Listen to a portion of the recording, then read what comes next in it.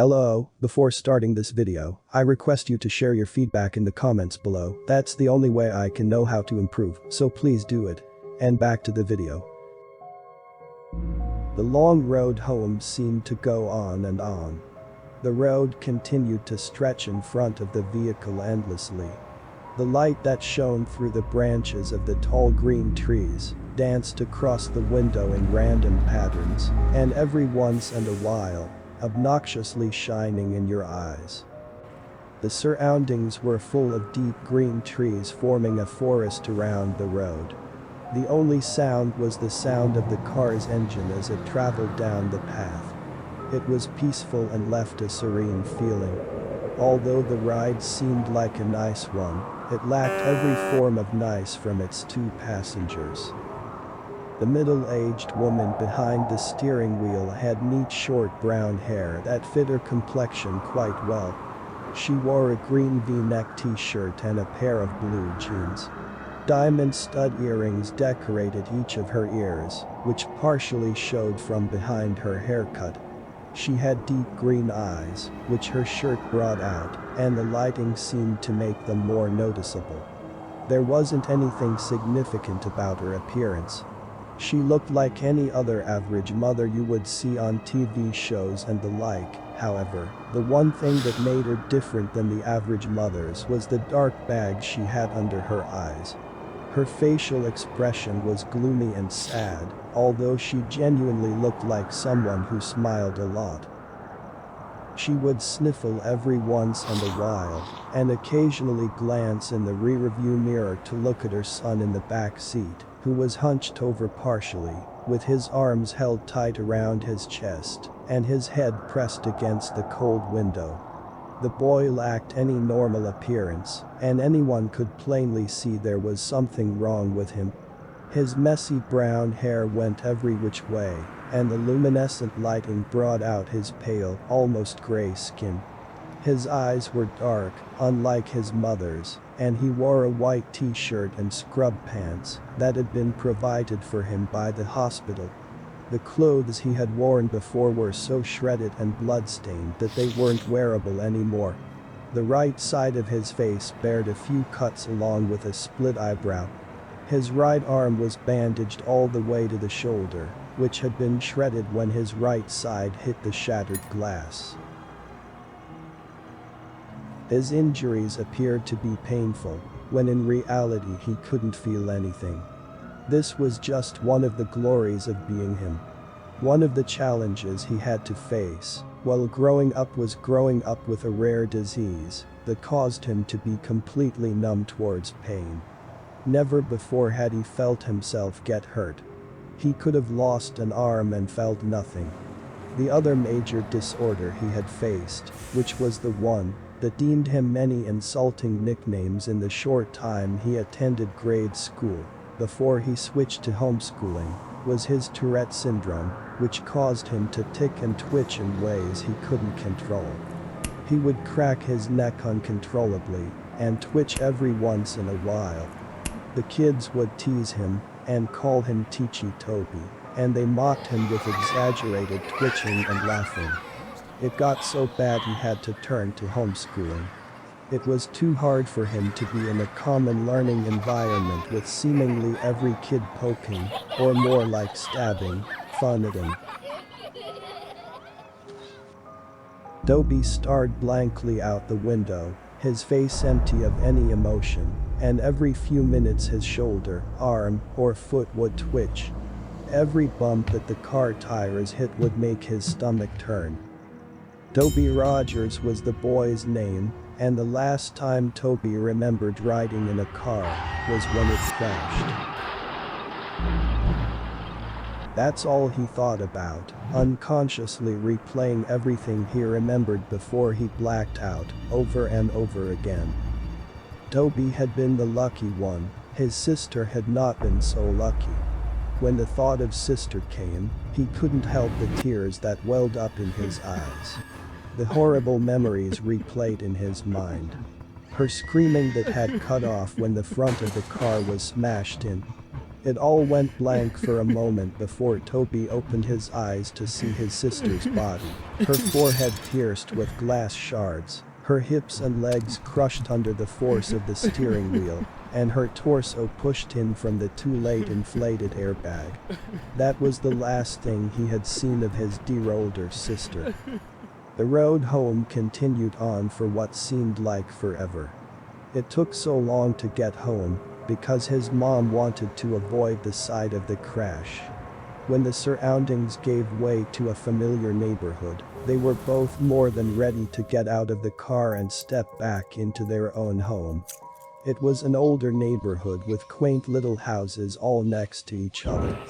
The car drove in front of a blue house with white window panes. They both quickly noticed the old vehicle that was parked in front of the house and the familiar figure that stood in the driveway. Toby felt automatic anger and frustration take over him at the sight of his father. His father who wasn't there. "Why is he here?" Toby said quietly as he looked back at his mother who reached to open the car door.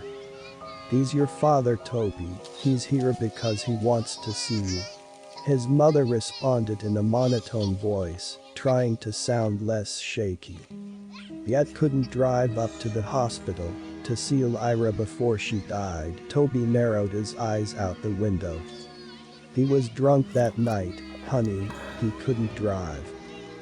"Yeah, when is he not?" Toby pushed the door open before his mother and stumbled out onto the driveway, where he met his father's gaze before looking down at his feet with a stern expression.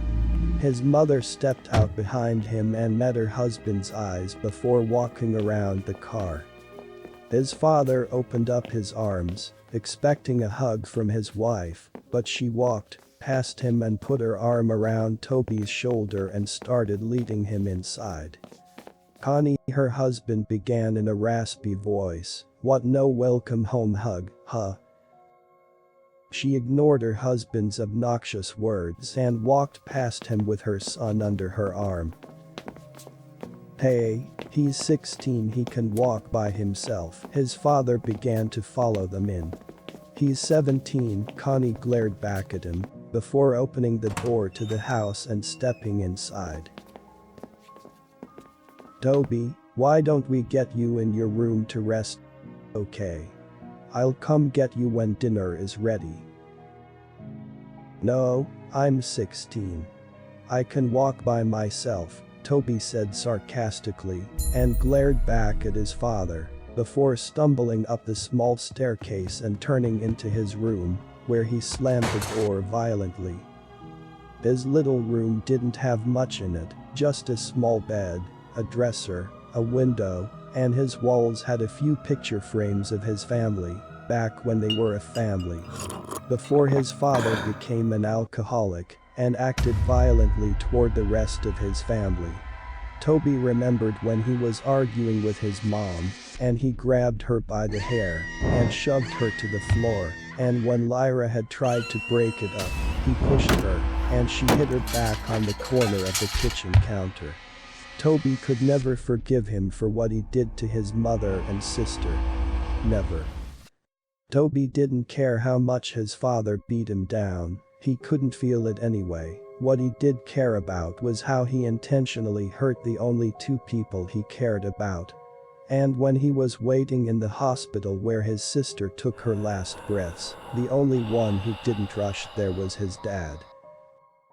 Toby stood by the window and looked out at the street. He could have sworn he saw something out of the corner of his eye, but quickly blamed it on the meds he was on. When dinner time had come, and his mother called up to him, Toby came down the stairs and hesitantly sat down at the table across from his father, and in between his mother and an empty chair. It was quiet as his parents picked at their food, but Toby refused to eat.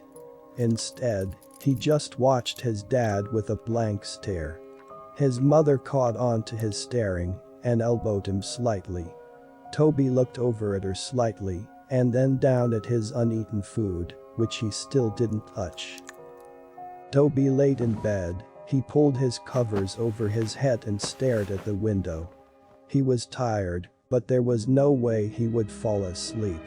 He couldn't, there was too much to think about.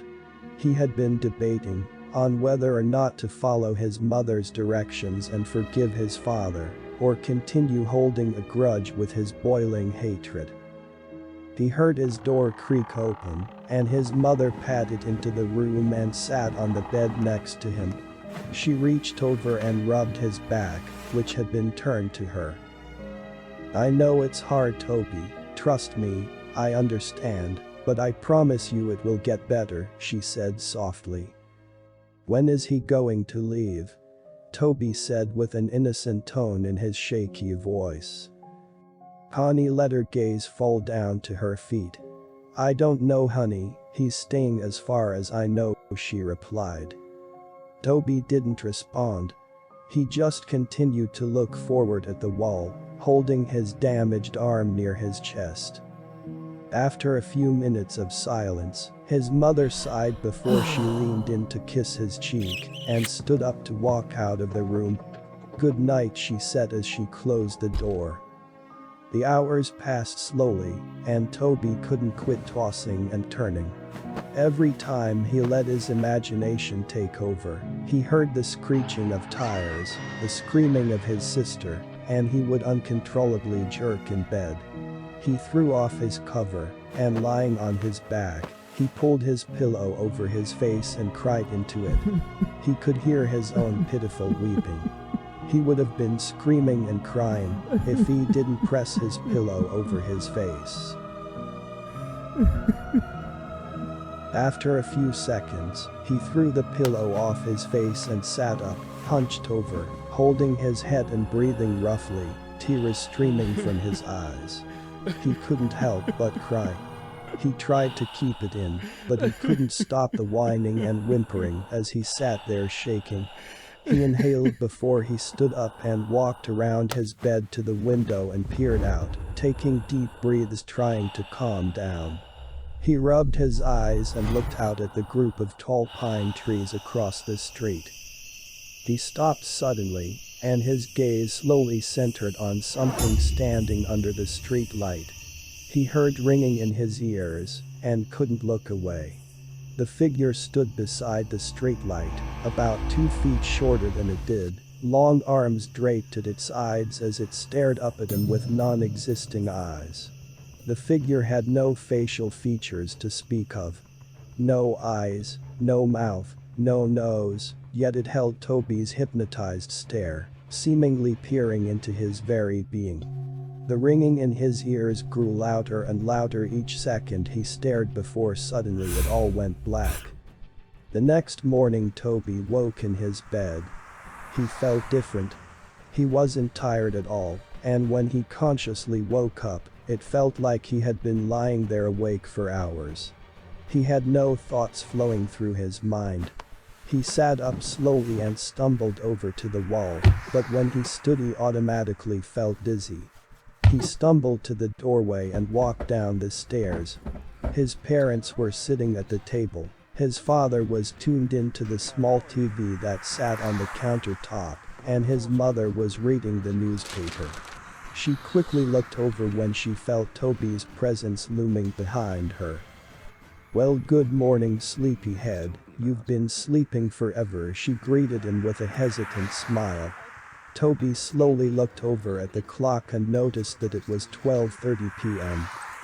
"I made you breakfast, but it got cold. I was going to wake you, but I felt you needed sleep." Her expression fell from happy to worried as her son resisted responding to her. "Are you all right?"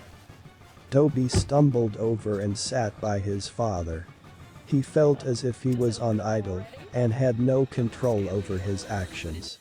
He was seeing everything he did, but it didn't register in his brain properly. He reached out to his father's arm, but his hand ended up getting slapped. His father turned to him abruptly and pushed his chair over with his foot. "Don't touch me, boy," he yelled. His mother stood up. "All right, knock that off. That is the last thing we need." The days went by, and things continued on as they were. Connie spent most of her time cleaning the house, and her rude husband spent most of his time ordering her around.